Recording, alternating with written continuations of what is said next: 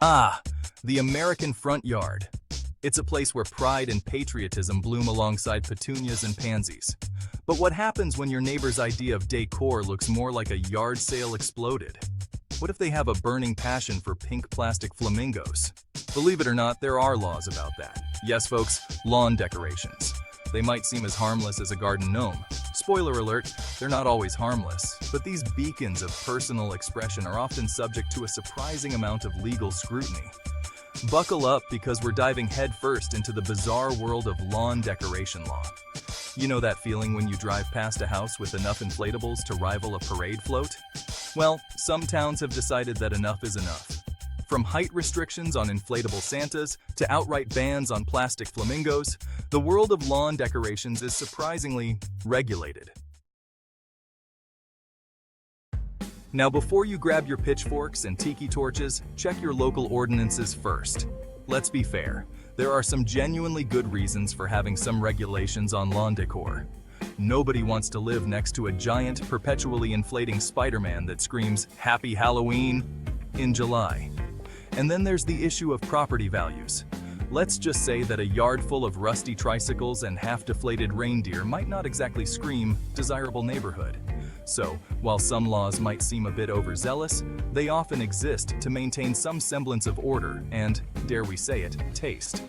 Plus, let's not forget the potential for safety hazards. A precariously perched garden gnome could become a projectile in a strong wind. And those twinkling Christmas lights? Well, let's just say that faulty wiring and inflatable snowmen don't mix. Alright, let's get to the good stuff. The weird laws. And trust us, there's no shortage of them. Take, for instance, the town that banned inflatable decorations entirely. That's right, no giant pumpkins, no inflatable Santas, no waving tube men. Nothing says holiday cheer like a good old-fashioned, legally mandated lack of inflatables. Then there's the case of the pink flamingo. These majestic, we're being sarcastic creatures have been the target of numerous homeowner association battles and even a few town ordinances. Apparently, some people find their vibrant pink plumage and vacant stares a bit, shall we say, off-putting. And don't even get us started on garden gnomes.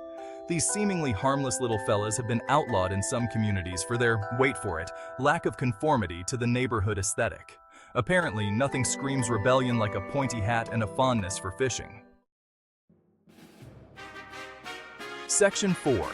The origins of outrage. Where do these laws come from? So, how do these bizarre laws come to be?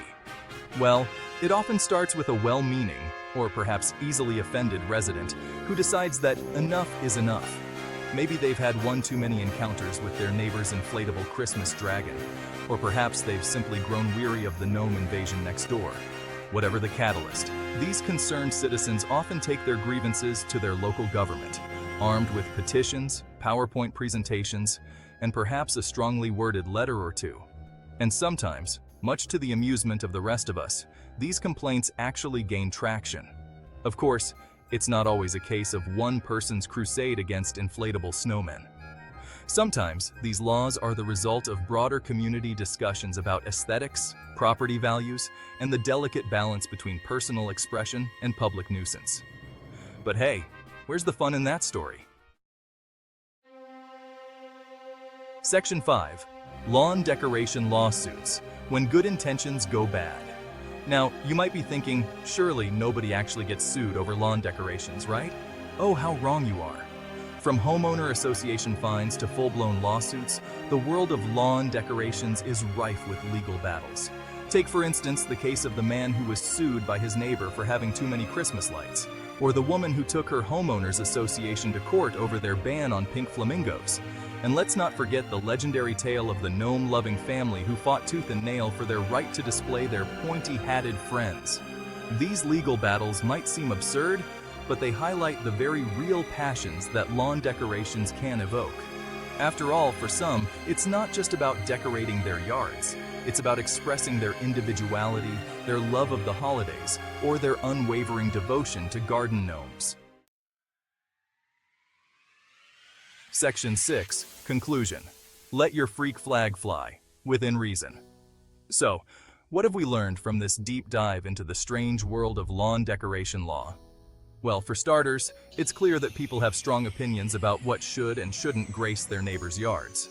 And while some laws might seem a bit over the top, they often stem from a desire to maintain a sense of community and, dare we say it, good taste. So the next time you're tempted to cover your entire yard in inflatable reindeer, or perhaps start your own gnome sanctuary, maybe just take a moment to consider your neighbors and your local ordinances. After all, in the immortal words of a wise philosopher, probably, let your freak flag fly, but maybe keep it away from the power lines. And remember, if you're ever feeling down, just remember that somewhere, someone is fighting for their right to display a pink flamingo in their yard. And that, my friends, is something we can all get behind.